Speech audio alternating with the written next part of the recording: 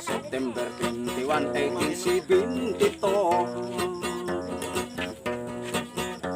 Tungkol sa Korpyo, gidakop akong lolo. Gidala sa krami ang kamot gigaroti, kay iyang ipislit ang itlog sa hibi. Noy ko ni lolo perting lisanga, nagdalaglabaha ang iyang gwaradya. Si lolo kakoy yapon, sige kinor sa poson, maudi ay kay nahadlok na tolion. Lagayot matago iyang sikrito, sakpan nga bisot ang akong lolo.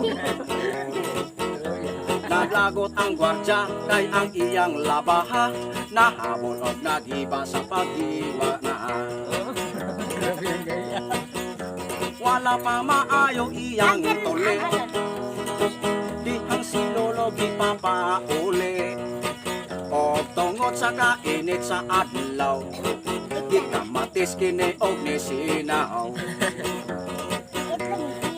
Sa pag-abot niya sa balay, ibahakak si nanay o si tatay, kami tanan nahikatawa, kay si lolo nasunog magsayang.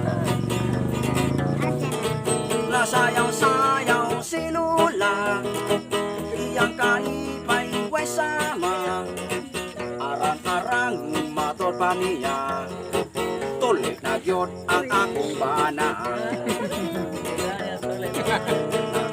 Ang akong lolo, kay kipira ni lola sa kwarto, og honghong pa sa akong lola, pagkukodong kay subanta, maayo na kay labas pa, pagkanikon kitang dupa.